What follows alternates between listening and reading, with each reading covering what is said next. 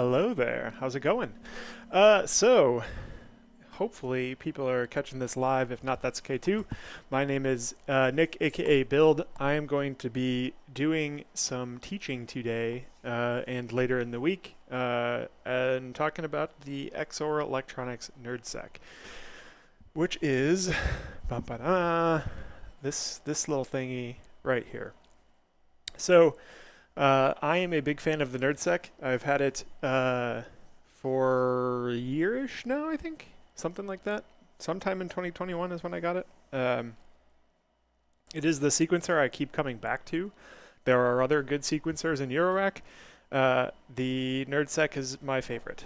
And I say that having tried a bunch of different ones. Everybody has their own preferences.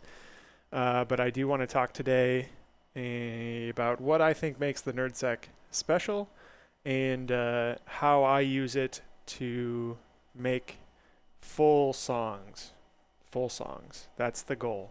A lot of other sequencers will get you loops, and that's fine too. That's great for kind of live play, stuff like that. If you want to be very kind of hands-on, tweaking stuff as you go, there are other sequencers that do that really well. The NerdSeq, I think, really excels at doing more composition, just by the nature of being a tracker.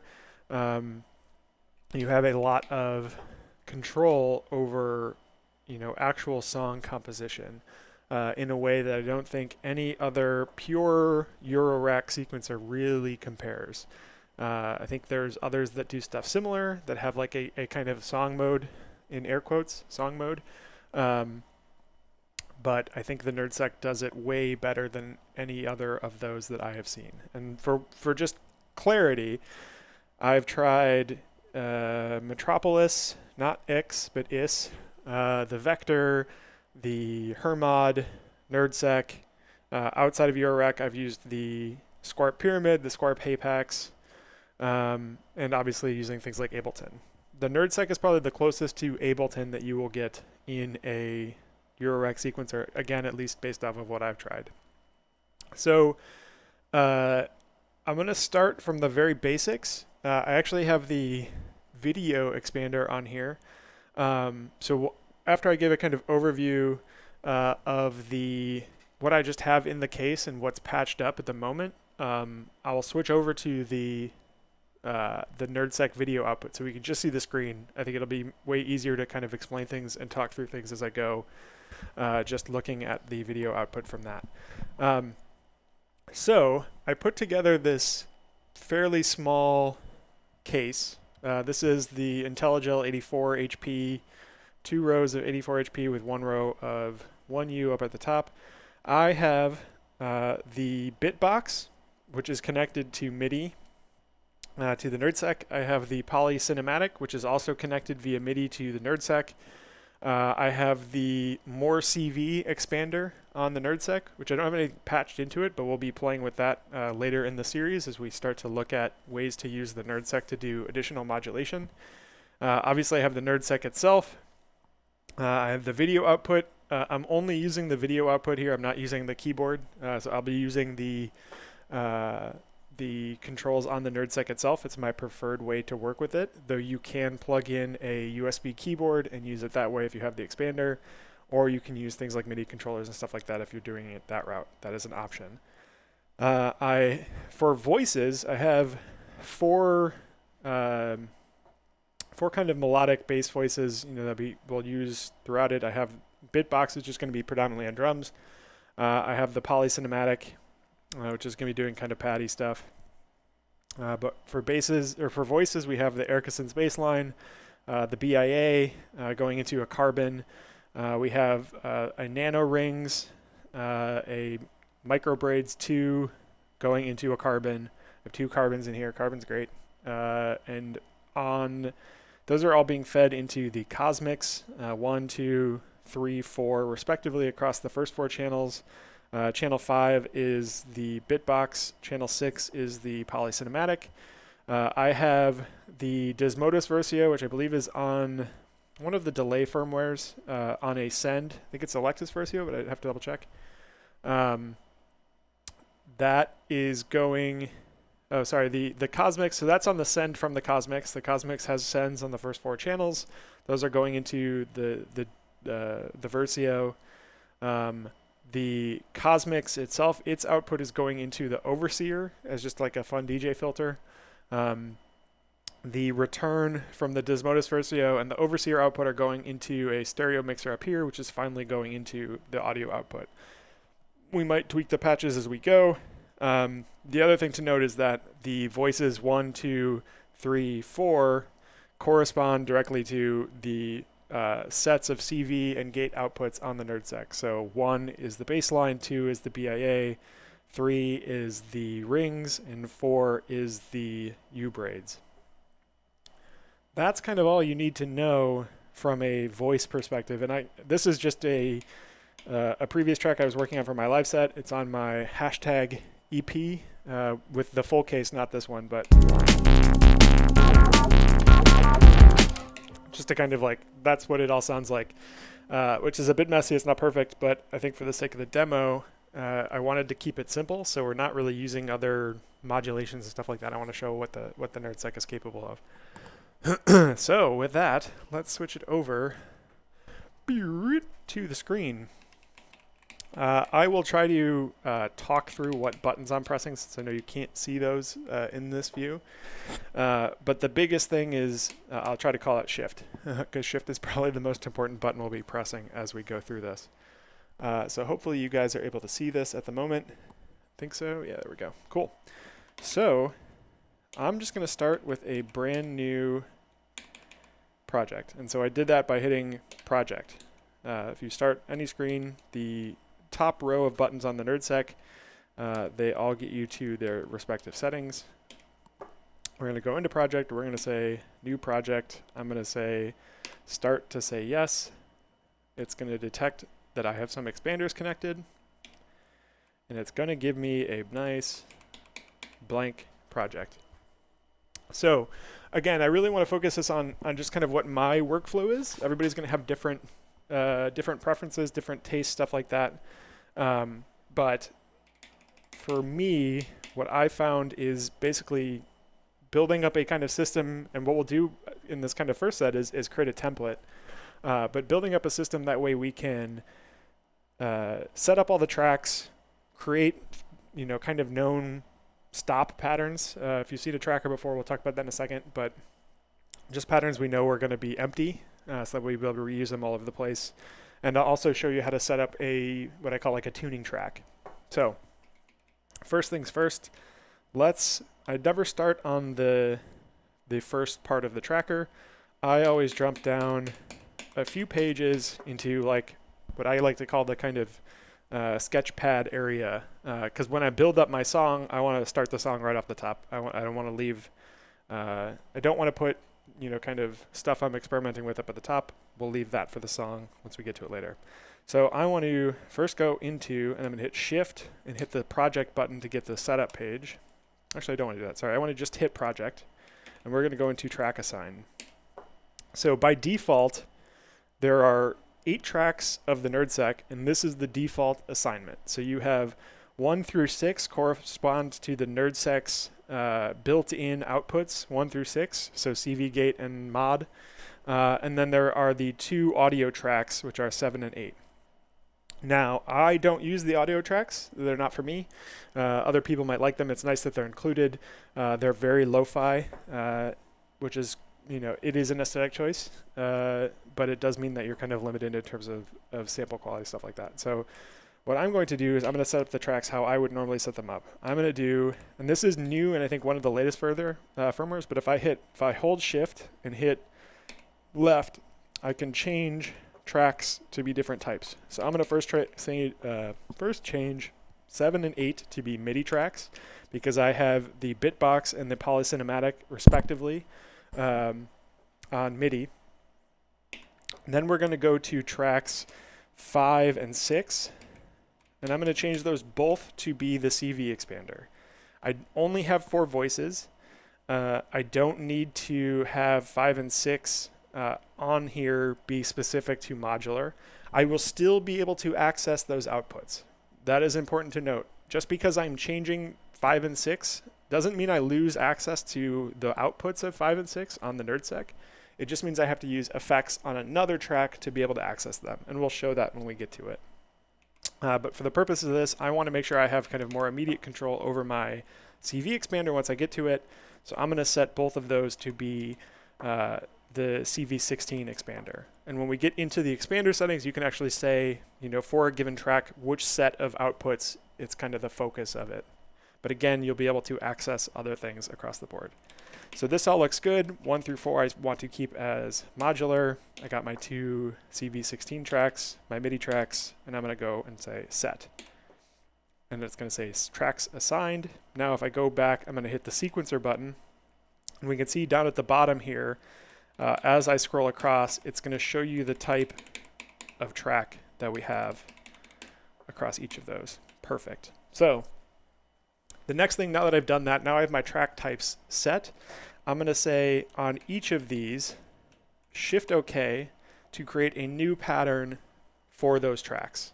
So the modular ones can all share the same types of patterns. So I only need to do this once. But the idea being, I'm going to create one empty pattern that will always be empty. I'm going to keep 0, 0. And in the case of the CV ones, I'm going to keep them as empty as well. And then I'm going to do the same for the MIDI tracks. Oops, we can just keep this as 2. So now I know 0, 0, 0, 1, and 0, 2 are going to be empty regardless of what I'm doing later in my song. And that's great for composition. It might not seem intuitive right now. Why would you want a pattern that does nothing? But from a composition perspective, it's really great because I definitely want parts in my song where a certain voice is not playing or not doing anything. I see a question in the chat. Is the NerdSeq the best tractor option? I get the convenience of having it in the rack, but without consideration, is it the one you'd recommend? So I can only speak to what I've tried. I have not tried the Poly tracker, though I've heard that people really like the workflow. I certainly like the hardware of it.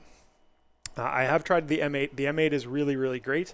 But the NerdSeq, if you're using it for modular, I don't know what your options are. Because if you wanted to use something like the M8, you definitely could. But you'd have to then buy a whole bunch of CV or MIDI to CV stuff to be able to connect to the connect to your modular, which you could do. It's an option, but I think the convenience of having all of these CV outputs directly accessible means that you don't need to have extra modules to do something when the module is baked in for it. CV lanes actually access the track numbered output. Yes, correct. Specific number of local mod outputs. Correct, yeah. So for 5 and 6, when we go in here, you can actually change these to access the outputs of those modular track 5 and 6 as well. Cool. So we have our empty pattern set up in our basic tracks. The next thing I like to do is all the way down at the bottom on row FE, which is the last pattern row you have access to. I like to set up a tuning track. And so what does that mean? Well, modular has a bunch of various oscillators and stuff that go in and out of tune or just are out of tune all the time. So I want to create a tuning track on every musical output. That way we can do tuning to each other. Now, conveniently, I have the polycinematic, which is a nice, digital MIDI voice. I'm going to change the pattern length of this to be one bar, and I'm going to put in some notes on here. And so what I'm doing is just pressing Shift and then pressing Delete to put the note off, and then I can do Shift left or right on the directional pad to add in a new note. So this is the polycinematic voice. The one thing I do have to set up is the MIDI channel. So to do that, I'm going to hold Shift and press the Nerd button. That will get me to the track setup page. And I'm going to say the base MIDI channel, which is correct. I want this to be channel 16 because that is what I have the polycinematic set up on. So if I've done this all right, I can hit play. And there we go. We can hear the polycinematic is playing in the background as we expect. We can turn up the reverb on it.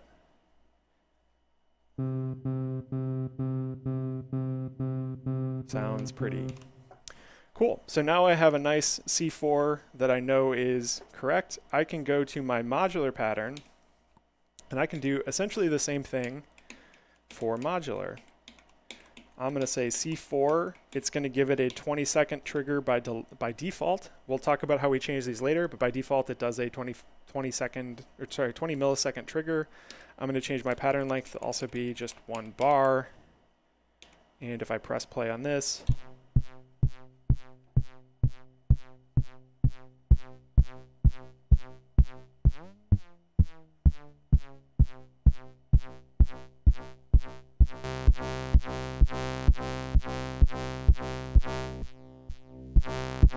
we can hear that is the Ericsson's baseline firing.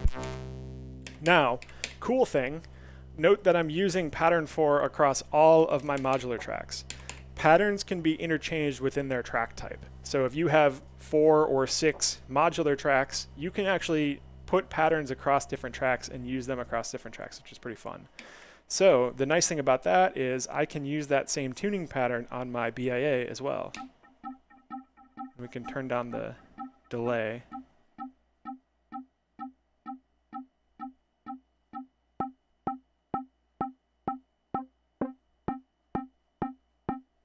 I'll take the decay out. There we go for the moment.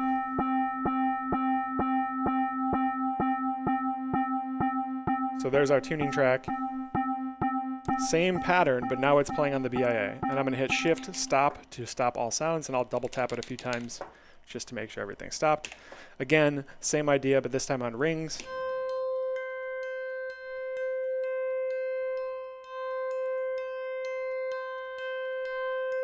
And again, I'll stop. And then finally we have the U-braids too. And then we can do Shift and press play. We'll play the whole row. Very convenient. So this is something I like to do just by default when I'm setting up a new pattern if I'm not using a template. Just because it's really, especially if you're playing live or anything like that, having a tuning track available to you is really convenient. So I can just immediately drop down to the last row of my project, press play, listen to my oscillators, tune them by ear as close as I feel like, and we're good to go. The other thing I want to do here is just before we save this as a template, I want to go into track 8, which is one we use for the bitbox for drums. We're going to say Shift Nerd and go to track setup on that. It is already set to channel 10, which is correct. That is the channel I want to use for my bitbox because it is set to use channel 10 on there as well for its drum samples. So that all looks good. We can, for the purposes of a template, we can just leave the default BPM, and we're going to save this. And we're just, for the sake of this, we're going to call this demo T, not N, TMP, demo temp. So now we have a template.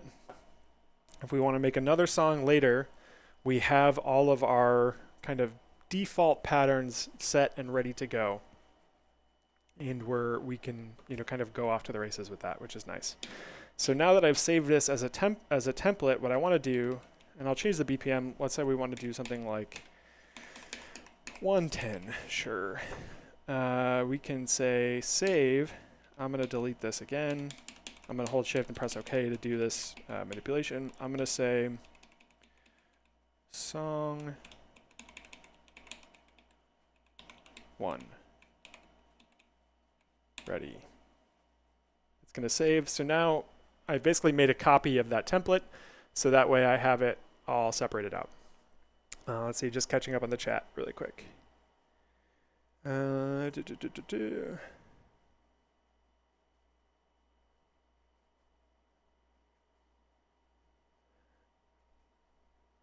Yeah, so seconding what MV Dirty is saying, it is definitely better for kind of more intentional work just because you can do some generative stuff, and we'll kind of touch on that a little bit, but um, it is certainly more friendly towards you having an idea and kind of coming to the table and punching stuff in and programming it in. It's a very fast to program. I think that's one of the advantages of the tracker in particular, is you are able to do stuff very quickly. Cool. So we have our empty patterns. We have our tuning track. We've tuned our oscillators. Now we can start kind of messing about. And usually what I like to do is start with some drums. So I'm going to go down to our kind of brainstorm area in the A section. And I'm just going to keep separate from everything. I'm going to keep at least one row empty above and below what I'm messing with. I'm going to hit Shift OK to create a new pattern. And let's just do a simple kind of like 4 on the floor type thing. I think C3, if I remember right, is the kick on my sampler. We'll turn it down a bit. Boom. So the first time I enter a note, I usually do the up arrow, and then I can hit the side arrow on the direction pad to create the same note again. I think either direction will work. And that way you can, holding Shift, basically anytime you want to manipulate part of a pattern, so with Shift unpressed, pressing nothing else, if I just press on the directional pad, it moves the cursor around. And then I hold Shift and then use those same cursors to manipulate the actual data entry on the sequencer. So this should just be a 4 on the floor kick pattern at, I think we said 110 BPM. There's our kick. So one thing I always like to do when I'm kind of experimenting is I'll just start with a 1-bar loop. If I go to pattern and I say Shift Nerd pattern length, and I just move that down to 1 bar. So now we can do that kind of offbeat snare. Perfect.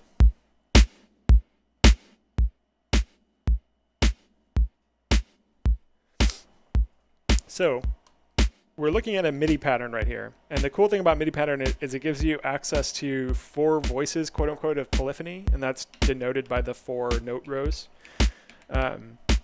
which is perfect for drums, I think, because having 4 note polyphony or 4 sample polyphony for drums, I think works pretty well for vast majority of the circumstances you have. If not, you can always use more tracks to access more samples at a time.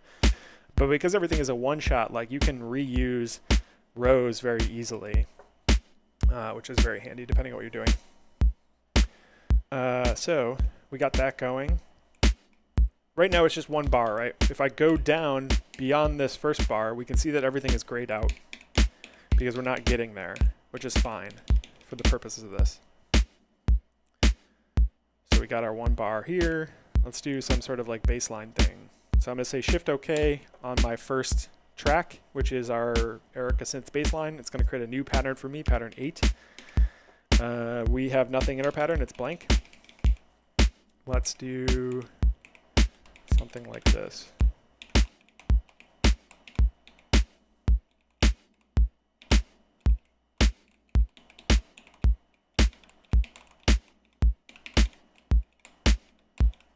And I'm going to do the same thing. I'm going to make this 1 bar. And you can see it's waiting to start until it gets to the end of a 4-bar pattern.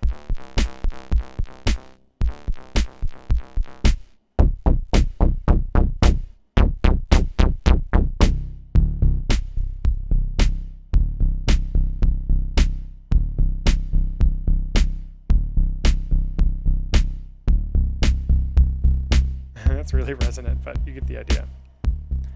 So what are we looking at when we're looking at this? So we have our notes in the first column. We have patch, which we'll talk about in a bit later. We have tables, which we'll also talk about later. And then we have our triggers. And then we'll talk about mod and FX, and then finally the groove row. But for a very basic, kind of first pattern, you need a note and you need either a trigger or a gate. there are a lot of options for triggers that you can access as part of this trigger row. Again, by default, it does trigger of 20 milliseconds in length, which is plenty. For things like kicks, stuff like that, you can always tweak it to be higher or lower. I'm going to hold shift and then press up and down on the directional pad to change the first digit, and then I can press the left and right to change the second digit of that hex value. So again, 440 translates to 20 milliseconds in trigger length down at the bottom. We can do things like re-triggers, which might be hard to hear because the envelope's really kind of long, but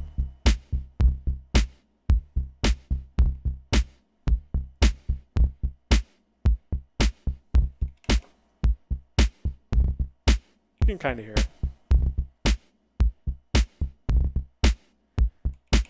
But I'm going to keep that there for now. We can also do things like gate on, and then I can do gate off by pressing shift delete. That by default puts either a note stop or a gate off. So that's really handy if you have something that has like an ADSR envelope or something like that, where you actually want to start the note and then end it some point later without it having just be pure triggers.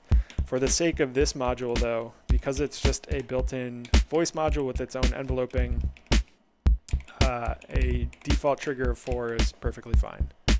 I can tweak the envelope on here to make it longer. And this is me just messing on the module itself. Cool. So the other thing that we have access to is mod. And so for the purpose of the demo, we can manually set the value of mod the same way we would set the value of anything else. And so by default, it will go from 000 all the way to FFF, which is basically the full range of voltages and all of the various nuances in between. One interesting thing about the NerdSeq, and I'm going to stop this for a second so we can talk cleaner. When you put in a value into any of the columns, that value is the value until something else changes it. And this is like one of the biggest points of confusion I had when I was first starting to mess with the NerdSeq. And this is much easier to see if I had like an oscilloscope or something like that. But if I play this pattern and it hits that row that says mod FFF, basically the mod output for channel 1 is going to be at whatever that full voltage is until something comes along and changes it. Now that something could be another pattern down the line. It could be 20 minutes from now. It's going to hold that FFF for as long as it's nothing else comes along and changes it. If I want to change it, I can say FFF 0. So now it's going to, when the pattern first plays, it's going to change it to full voltage, then it's going to drop it to 0 voltage, and then the pattern is going to repeat itself. Then it's going to say full voltage, 0 voltage, etc. Now if I were to leave this pattern and create another pattern, and I play this pattern, which is not going to sound like anything, but it's going to loop. So the last output of our previous pattern was that 0, 0. So the voltage, and we can actually see this, if I go to the patch button, we can see that the modulate value should be 0, 0. Did I not do 0, 0? Yeah, it's 0, 0. Let's do this again.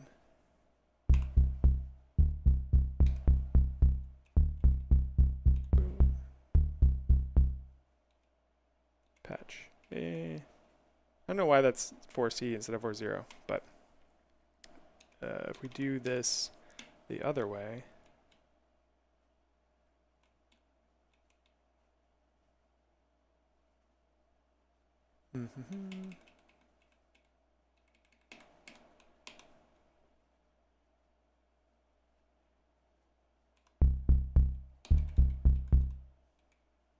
now I go to patch. Yeah, so you can see the modulate. And by the way, the patch button gives you kind of direct manual access over all of the settings, but you can actually see what it's set to. So we last set it to 47D, close enough. I'm not sure why there's an offset there. But we set it to this value. Oh, is glide on? No, glide's not on. That's odd. I'll have to file a bug. But it stays set is the idea here. Without going into too weedsy. It's going to stay set at that value until something comes along and changes it. And you can actually see in the sequencer screen, the bar next to the track and the note shows whatever the current value is of the mod output for that track. So if we hit play on the pattern where it's changing the mod value, you can see it changing as the pattern executes, which is a nice way to see the overview. We also get things like BPM and stuff like that on here.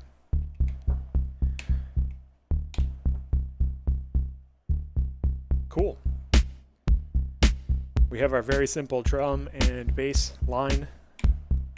So let's talk about islands. Islands are a really great tool both for live play and experimentation.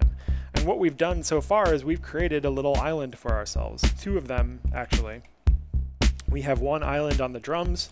We have one island for the bass line. And basically what it means is whenever there's no pattern above or below a pattern that is running, it is going to loop that pattern or that block of patterns until you tell it to stop. So right now, because we just have one, it's going to keep looping this one pattern for both the drums and the bass line over and over again. So let's have some fun here. I'm going to delete my empty pattern. I'm going to say, give me pattern 8 here. Now let's watch what happens. So you can see the little indicator is now jumping between the patterns. It's showing how it's looping back and forth. What we can do, we can clone patterns, which is very, very handy, especially as you're experimenting and trying things out, trying out different ideas. You can take a pattern, clone it. Now you have a new distinct copy of that pattern that you can manipulate, do whatever you want with, try different things. So on our second 08, I'm going to put my cursor on it. I'm going to press Shift and hit OK. And you can see at the bottom it says pattern cloned. It's going to give me a new pattern number. In this case, it's 0A instead of 08. And if I hit the pattern button, you can see that our pattern is identical to the one that we had before. Pattern 8 and pattern 0A currently are identical. But we're going to change this. We're going to say this is going to go to a G. This is going to go to D, B, C, sure. Now you can hear it's different, right?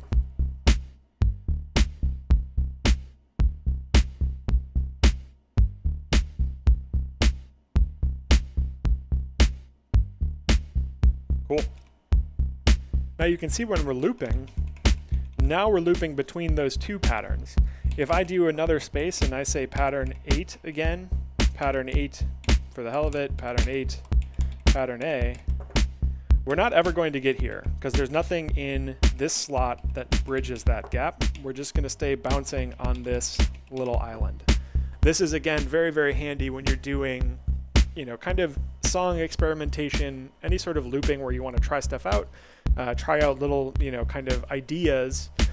This is a very easy way to do that. And we can do the same thing on the drum track too here, right? We have our little, 1-bar drum loop. Let's say we want to do that 3 times. Then we want to create a fill. I'm going to do 3 copies of pattern 7. I'm going to create a clone of pattern 7 again for that 4th time. I'm going to put in a little let's just do like a little hi-hat fill.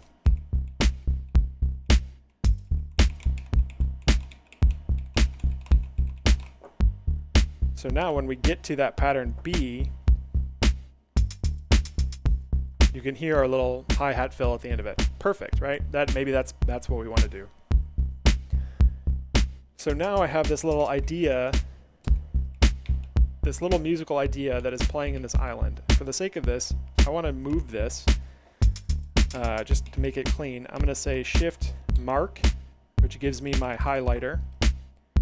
And then I'm going to say Shift Copy to copy that section. Alternatively, I can just say Shift Delete, and it will delete that section from my sequencer.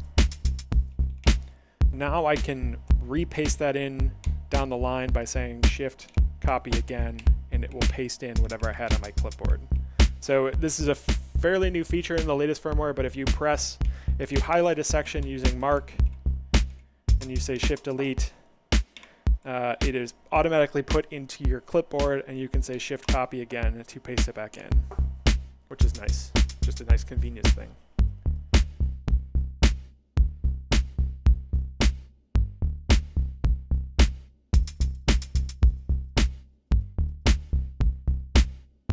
Cool. So we have our very basic pattern going on with our one bass line and our little melodic part. Here's the neat thing. Because the first 4 tracks are all modular tracks, let's say I want to take that same idea, but I just want to try it on a different voice. What does that sound like?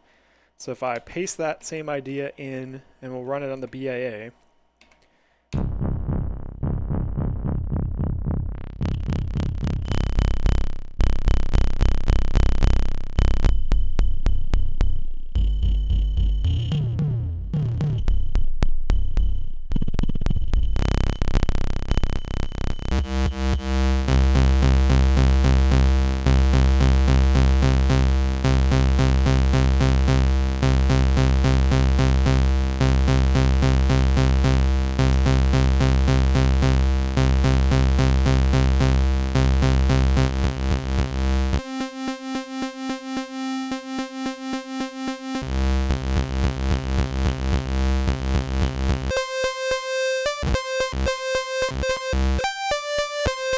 there we go.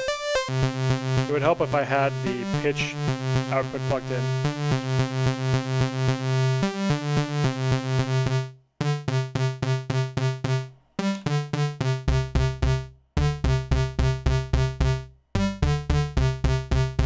Cool. So again, it's that same pattern, identical, but now it's playing on a different voice because of where we have positioned it in terms of what track it's going out to. If I press stop on any one of these islands, it will stop just that island. So if I want my drums going, I want to play just the bass voice.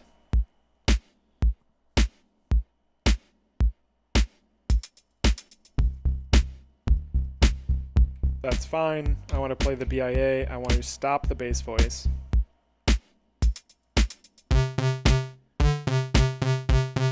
Perfect.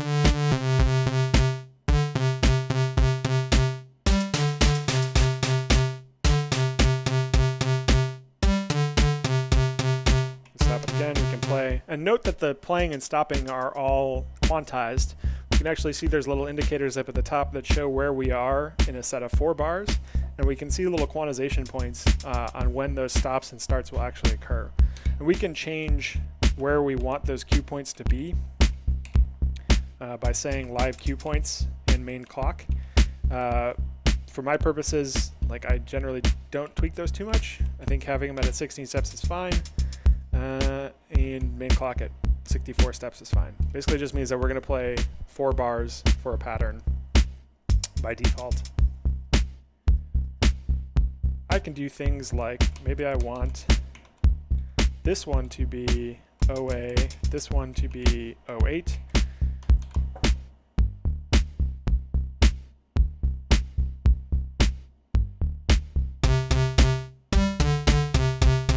Now they're somewhat opposite of each other. It's a little bit hard to hear, but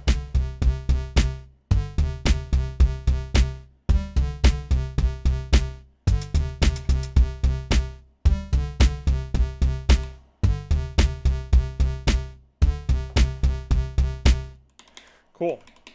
So I have my little experiment here.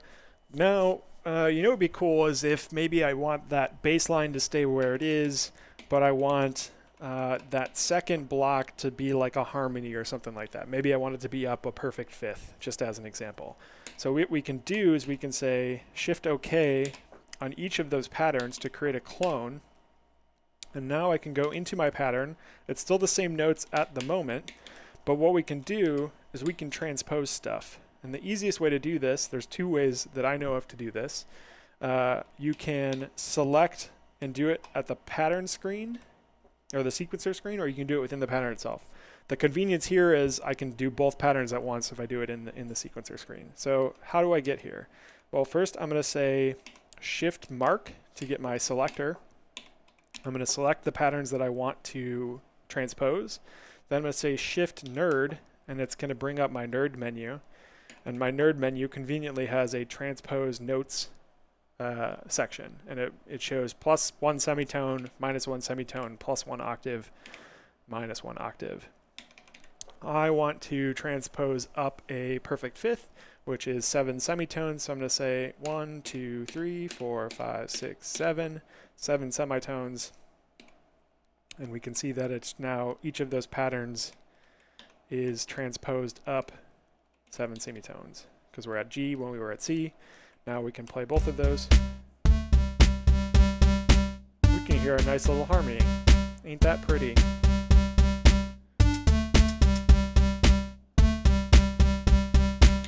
So now I have a whole new musical idea where all I did was transpose a couple patterns.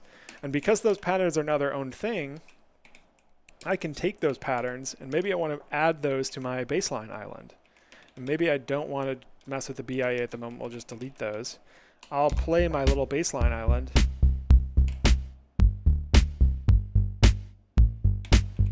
And we can hear that it's now playing those new transpose patterns. And we have, because we're doing bar length of 1 within each of these patterns, you know, we're going through them pretty quickly, but we have 4 bars of some musical idea that we can kind of experiment with. And all we did was start with one pattern and transpose it and move it around, stuff like that, which is very cool.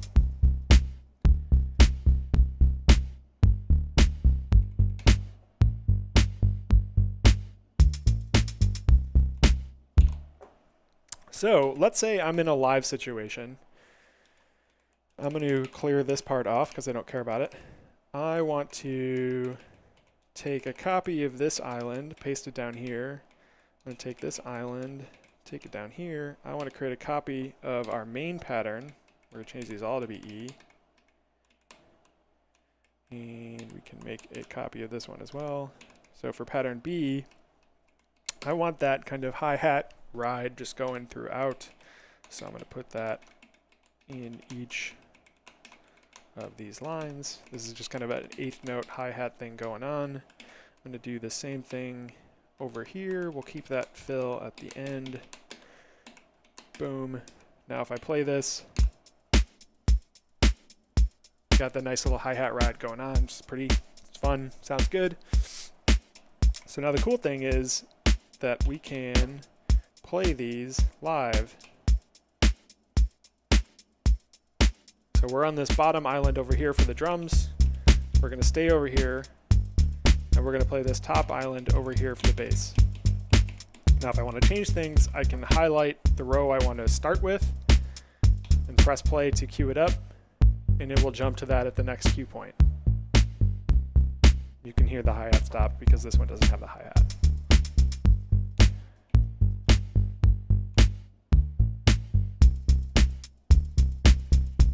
Pretty simple stuff, right? Like nothing too crazy so far. We can do some fun stuff over here. Let's say I want a kind of little melody line. I think this is, yeah, channel 3 is set up to be rings. We can create a new pattern. Let's do something like C, E, G. Hey, look, C major. Sounds great. So right now, if I look at my pattern, all I do is I have notes on the first page of the pattern. So that's the first bar, 0 through 0 through 0F represents the first 16th notes, 1 bar worth of 16th notes on our pattern. And by default, all patterns are their max length, which is 4 bars. So we have some notes playing at the first of our 4-bar pattern. If I play this, it's going to queue up at the end of the current 4 bars. Hey look, a nice pretty C major being played over rings.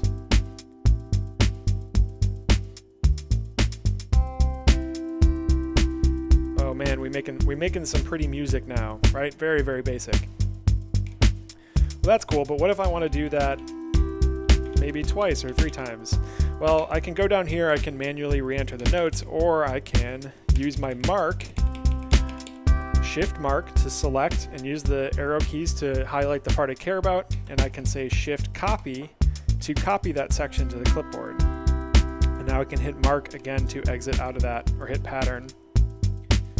And now I can use my page up, page down keys, and I can page one full page. So now we're on the second bar, because bar 0, bar 1, bar 2, bar 3 is bar 1, 2, 3, 4. I'm going to go down to page 2, which is our second bar. I'm going to say Shift copy again. Oh, I lost it. Whoops. Shift mark, copy.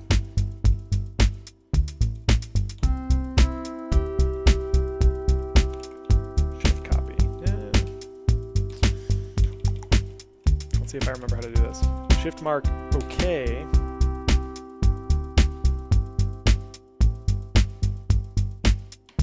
Oh, that's right. It's Shift mark, mark.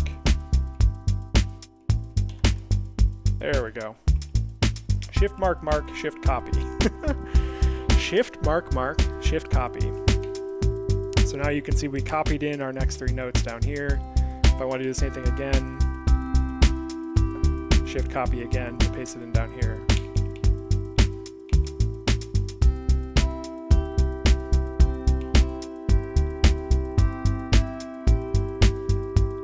So we can copy paste things. We can do things like extra triggers.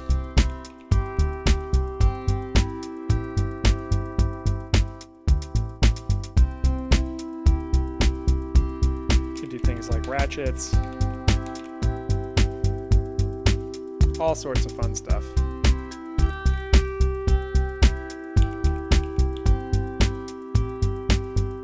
This is the most boring chords you've ever heard.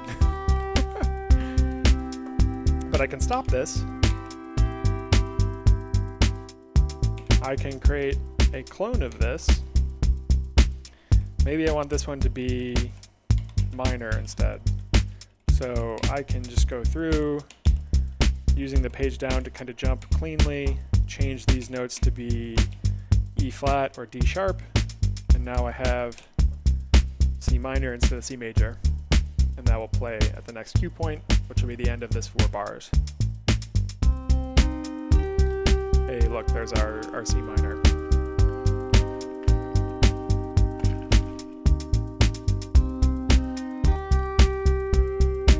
So again, this is really neat for things like live play because you can kind of navigate around, things queue up when you want them to. You can do kind of more complex live play this way as well if you wanted to. But the other thing that's really handy for is building up kind of song ideas in this little sketchpad area to kind of try things out. So let's talk. At the very beginning of this video, we created those 0 patterns, which are empty. We can use those to kind of expand our island out and give more long ideas, longer phrases, longer musical phrase. So our island is set up to be 4 bars of empty space. We're going to play this first phrase, then we're going to go to our empty block. It's not going to play anything, but because it's now bridging that gap between patterns 10 and pattern 11, pattern 11 is now going to play.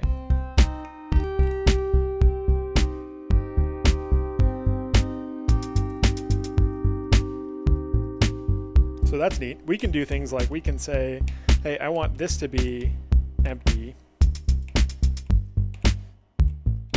So now the bass line is going to play and rings are going to play opposite because of how we've positioned our patterns with each other. If these were longer. These are not longer, so let's fix that. So pattern A at the moment is just 1 bar in length. We have the same notes here. We can actually make this a full 4-bar pattern. I'm going to say Shift mark. I'm going to highlight everything on this first page. I'm going to Shift mark again. I'm going to go down here and say Shift copy, Shift copy, Shift copy. So now the notes are here, but it's still all grayed out. Well, that's because we haven't changed the actual length of the pattern yet. And we can fix that next by going to Shift nerd and say pattern length. I want it to be full 4 bars. and we're going to do that same thing on pattern D as well. Let's say shift mark, shift copy. We see our pattern is now copied over to that one page. I'm going to do it for the other pages. Shift copy, change my pattern length back up to pattern 4, press OK.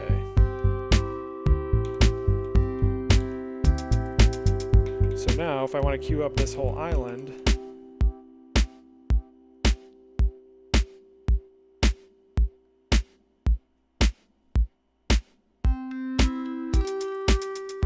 so when I press Shft+Play, you can see it's queuing up everything across the row that I have selected or the next thing above that.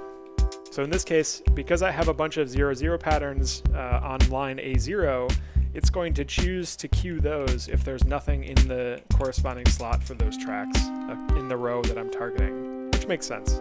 It's a way to kind of convenient things. So the nice thing there is by having this bar of zeros means that no matter what I put in these experiments, it's going to, for the tracks I don't care about at the moment, it's going to put, you know, the kind of empty playback.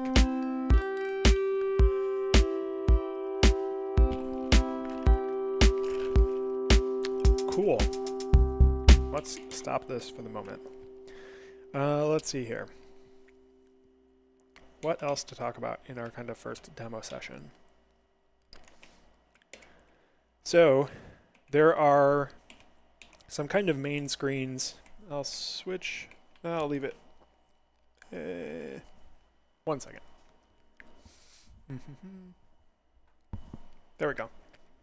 So we have 6 buttons up at the top, which are kind of our 6 main views that we have, and they have alternate shift functionalities listed above them. We have the main sequencer screen, screen. We have the pattern screen, which is what we looked at before. We have the patch screen, which basically shows you all the current values that are set up as part of that track. We have the table screen, which we won't be able to see here. We have the automate screen, which also has the envelopes, which are a lot of fun. And then we have our project settings screen as well.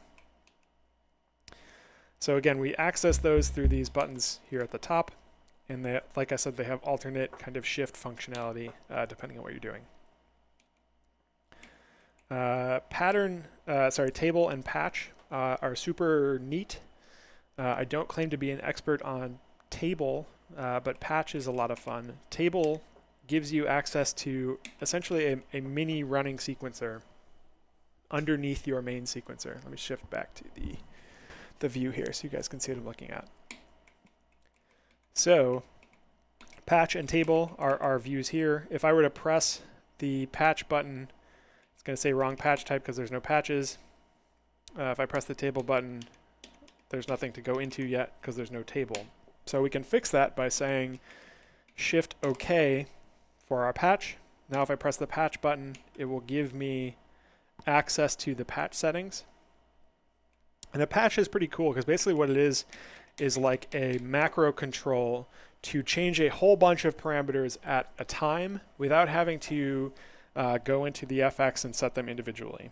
So you can set things like pitch glide, the modulate level, the modulate glide level, trigger outputs, CV outputs, all that fun stuff. You can create a bunch of different patches, and you can recall all those very quickly by sequencing patches in addition to your normal sequencer steps. So this can be really useful if you want to have a whole bunch of settings shift all at once and kind of consolidate them into a specific set of patterns. It makes it really easy to do. Table, let me delete this because I don't want to use a patch at the moment, but if I say table, say Shift OK again to create a new table. I think I cloned one, but you get the idea. If I go into the table view, this will only really make sense if I press play, so let me do that. You can see this cursor is running very, very fast comparatively to what the actual pattern is doing. It is running at a separate clock rate based off of this source, and it is doing whatever is here in these settings based off the table. So just as a way to visualize this, if we say within our table, I want to go, we're going to set the modulation output of channel 6. And remember I said earlier, right, you can access the outputs from other channels. So you don't lose anything by changing those channels to CV channels or something like that. I want to change the output of mod 6. I'm going to change it to be some big number to start with. I'm going to copy this. Can't copy.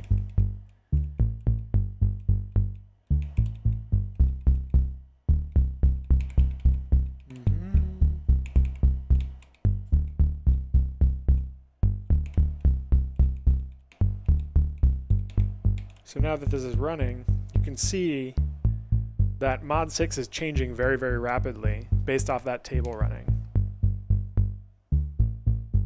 So now again, the way the NerdSeq works, that table is going to continue running and doing its thing even if I stop the pattern. It's still going. Until I fully stop the clock, that table is running. I can run other patterns, you know, completely differently, and that table is still going to be going in the background because nothing has told the table to do anything else. That table is set in that column and there's nothing after it, so it's going to keep running that table until something tells it differently. Well, how do we tell it differently? Well, we can do a couple things. We can either create another table which has nothing in it,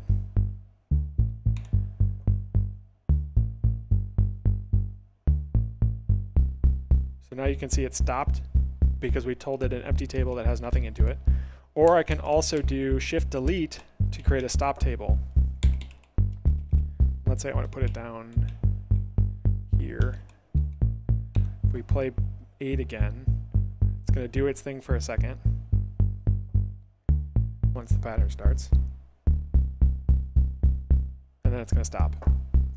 Right? Because now we've given it a next command to execute. So that's pretty powerful, right? We can do a whole bunch of kind of faster tricks and stuff with tables. We have access to, I want to say it's like 128 different tables. Somebody have to check the manual to see if that's correct. Different pattern types or different track types have tables or not. I believe at the moment only modular tracks have tables, and maybe the sample and audio tracks have tables. But don't at me if I'm wrong. Check the manual. But it does give you access to a whole bunch of different settings. So you can run effects. This is also where we get access to the closest thing that the NerdSeq has to as scale mode at the moment. We can actually use tables to basically filter out notes. Let's demo that. We're going to use rings to demo that. So I'm going to create a new pattern on rings. I'm going to just make it 1 bar. And I want to just do the C major scale.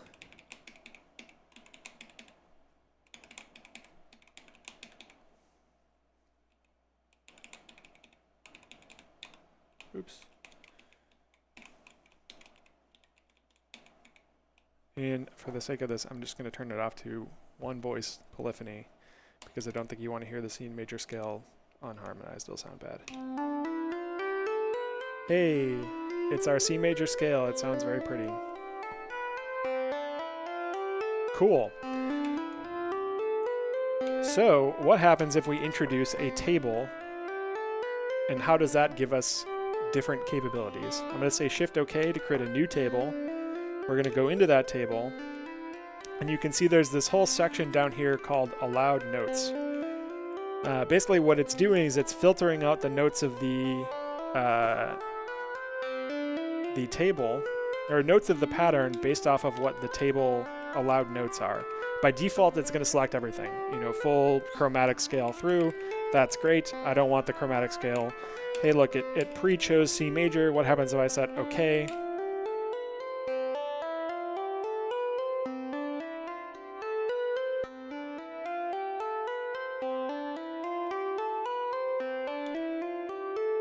And it's going to say quantize no. This is the other part about it. I want to say quantize up.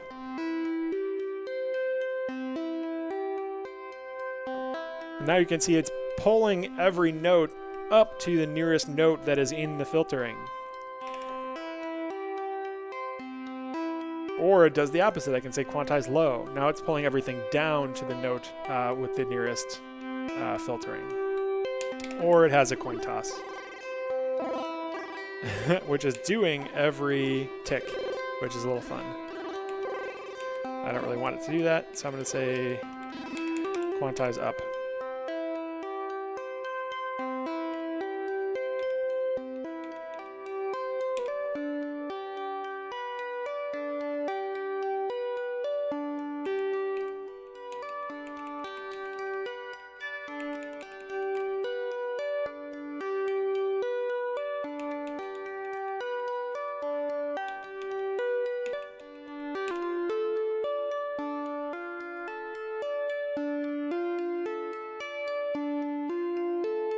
So that's kind of fun. Well, how can we use that? Well, we can put whatever notes we want, but we can do things based off of this to change that quantize. So let's say I want to say, give me a clone of this one, but I want this table now to be C major.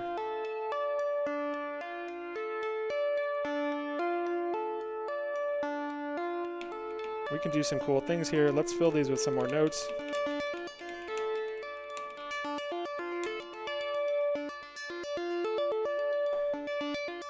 I'm going to select all of these notes. I'm going to say Shift Nerd, and I'm going to say random.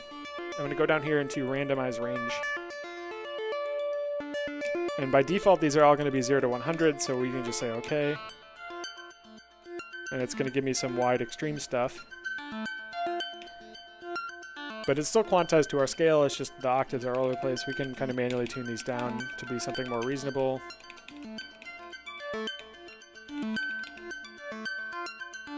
I mean, that's still pretty extreme, but...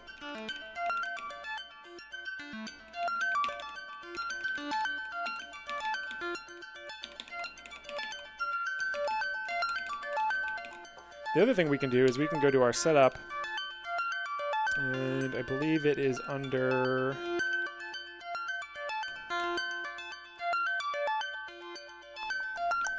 Let's see if I remember this.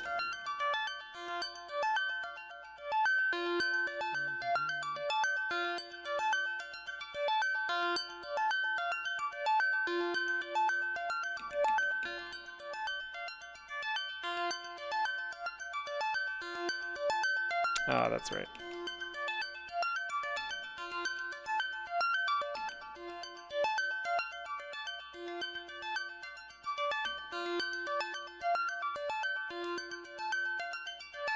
So we can edit the ranges. If I go into my nerd menu, pattern, shift nerd, track setup, and it says random FX123, FX4. If I press OK, we can see those random ranges. And let's say I want this to be 60% to 40%. 60 to 40. So fundamentally speaking, that should give me about a 2-octave range. You can see now that that range has changed. It says 60 to 40 if I press OK. Now we can see that we're only covering a 2-octave range, and it sounds a little bit more reasonable. In 60 to 40%. So that's a cool use for tables. We can do cool quantizing things. Now, a neat thing is, because these patterns are, kind of fungible, I can play that pattern on another voice.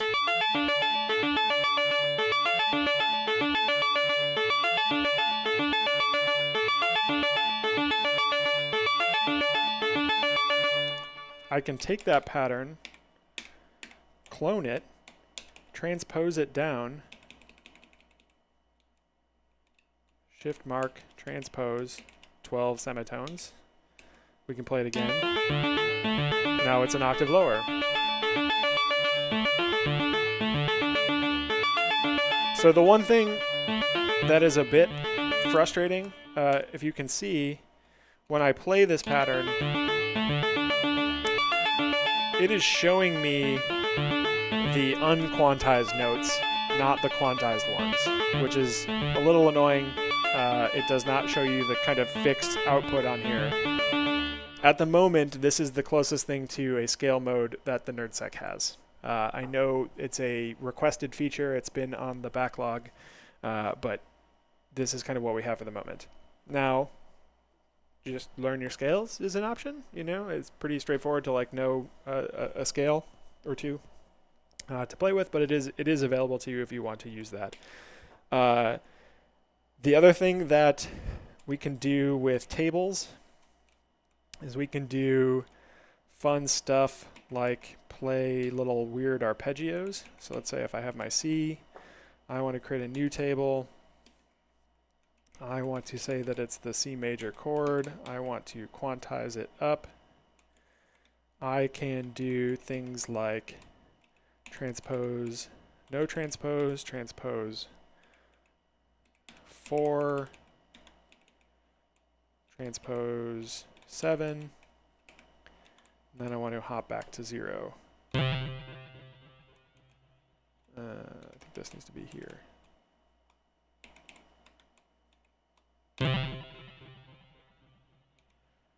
So if I set this to be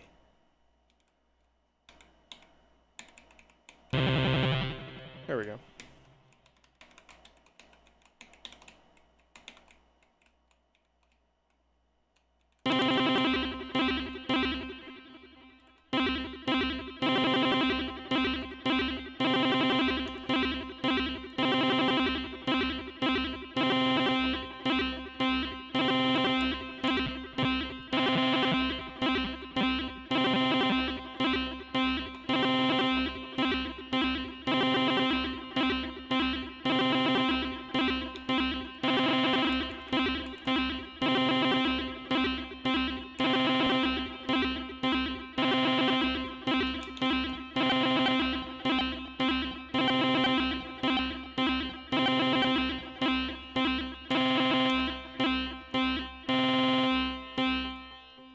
So tables do work a little bit differently because it only does the transpose when that table tick is happening, and then it goes back to 0. So if I wanted it to be 0, 4, 7, and then we'll add a hop 0.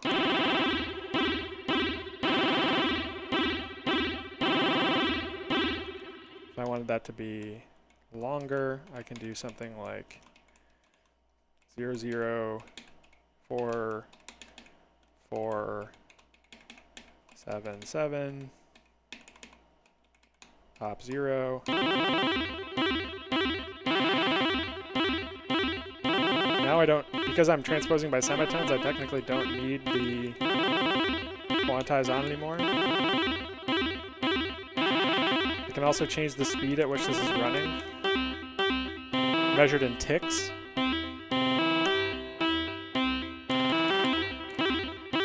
Which is now a good opportunity to talk about how clocking works on the NerdSeq. I know we're getting a bit long here, so this is probably going to be where we kind of wrap it up for today, but hopefully this was helpful. So let's talk about clock. So if I go into a pattern by default, which this one I changed, we'll fix it back to go to 4 bars. A pattern by default has 64 steps, noted by the 4 pages of 16 steps. And each step, again by default, uses 6 ticks per step. What is a tick? A tick is basically the internal clock tick that the NerdSeq uses to denote its own time. So if I did my math right, I believe that's essentially 24 ppqn. Pulses per quarter note with that 6 ticks per 16th note. So 6 times 4 equals 24. There are 4 16th notes in a quarter note. There are 24 ticks or 24 pulses per quarter note. The table allows you to run the table itself based off of the clock ticks, or you can set it off the clock track. You can run it off of automators. You can do a whole bunch of stuff. But the idea being that it is running based off of those clock ticks, not necessarily the individual steps themselves. It's actually running by default substantially faster.